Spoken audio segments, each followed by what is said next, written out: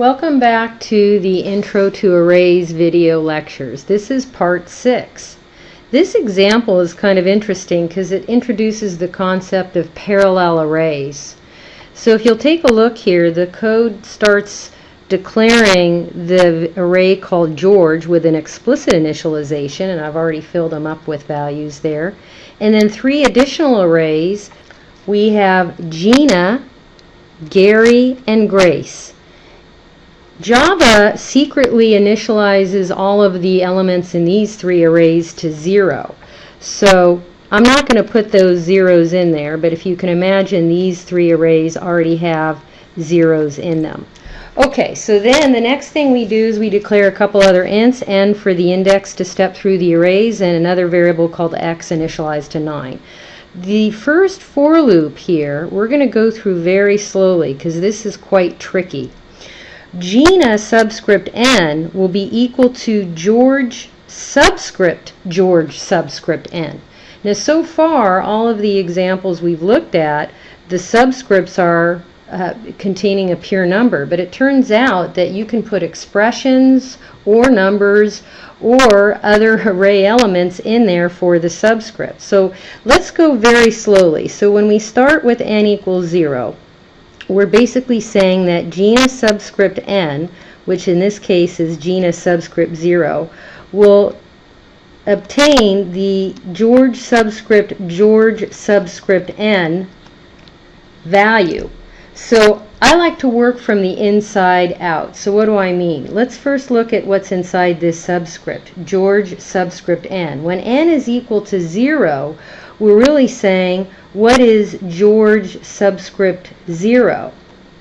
Well, look over here at the George array. We see the number 6 inside there, George subscript 0. So what we're really saying is that this subscript is subscript 6. So now what we're asking is, what are the contents of George subscript 6? We look over here in the George array, and it's the number 3. So the value of 3 is going to get put into Gina subscript 0. Next, we increment n to be a 1. So now what we're saying is we'd like Gina subscript 1 to be equal to George subscript 1. Again, work from the inside out. What is George subscript 1? Well, George subscript 1 contains the number 5. So we're really asking, what is the contents of George subscript 5? If you look in the George array, we see it's the number 7. So thus, 7 is going to be the new contents for Gina subscript 1. Now we increment n to be a 2. So what are we going to do now? We're going to set Gina subscript 2 equal to George subscript 2.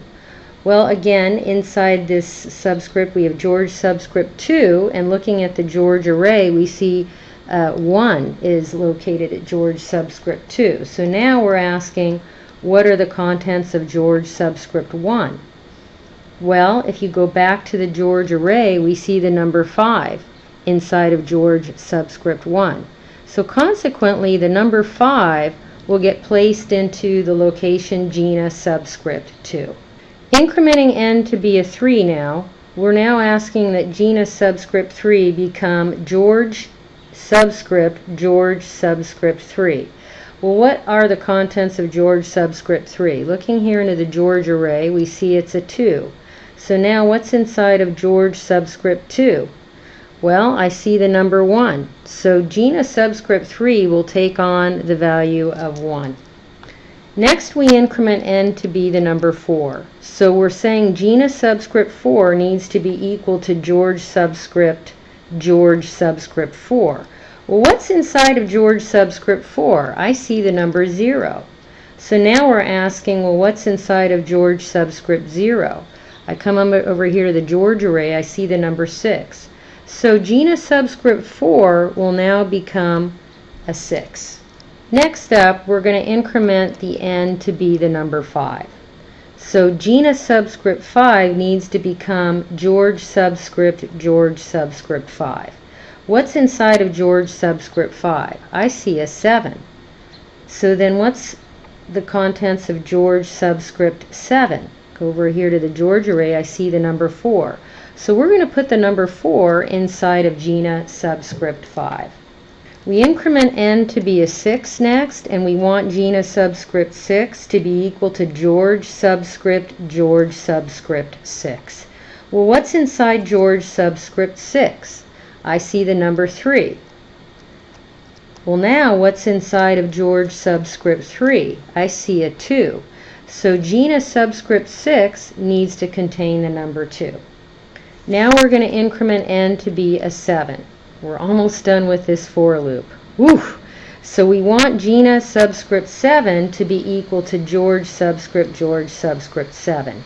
What's inside of George subscript 7? I see the number 4. Okay, what's inside of George subscript 4? I see the number 0. So we will put a 0 inside of Gina subscript 7. And that concludes that first for loop.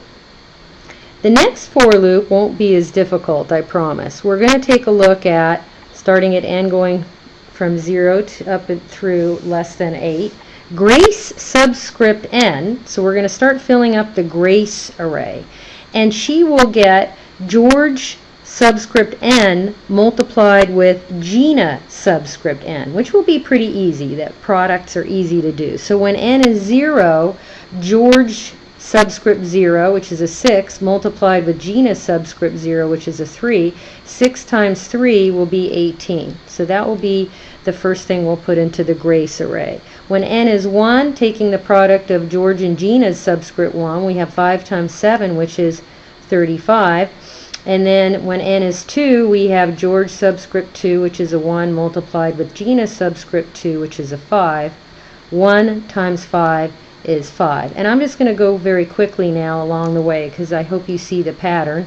We'll just fill up and populate the rest of the Grace array with the product of George and Gina. So at subscript 3 we'll have 2 times 1, which is 2. Subscript 4 we'll have 0 times 6, which is 0. At subscript 5 we'll have 7 times 4, which is 28. At subscript 6 we'll have 3 times 2, which is 6. And at subscript 7 we'll have 4 times 0, which is 0, thus populating the Grace array. The next for loop, we're going to populate Gary, and we're simply going to fill all the locations of Gary with x. Remember, x was this int we declared that was just the number 9. So when that for loop runs through, we're just going to fill up all of Gary's elements here with 9s. Not very interesting, but okay. And then after that for loop is complete, we then say, well, we're not going to have Gary be all 9s. At Gary subscript 5, we'll put an 8 instead. So if you look here at subscript 5 in Gary, we'll have that be an 8. So now, what is going to be the output for this program? And I'm not going to have room to put the output. I'm just going to start the output going.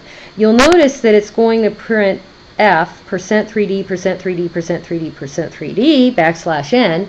So one line will have the contents of all the subscript zeros of George, Gina, Grace, and Gary. Be careful of the order here because Grace comes before Gary when we print it out, but when I was doing all the array examples here, I had Gary come before Grace. So the first line of output here will be space, space, 6, space, space, 3, and then we want Grace, so space 1, 8, and then Gary, space, space, 9, and then backslash n means go to the next line. When n increments to a 1, all the subscript 1s for these parallel arrays. So George will have 5, Gina 7, Grace Grace will have a 35, sorry, and Gary will have a 9. N will increment to a 2, then we'll have a 1, a 5, oops, and a 5.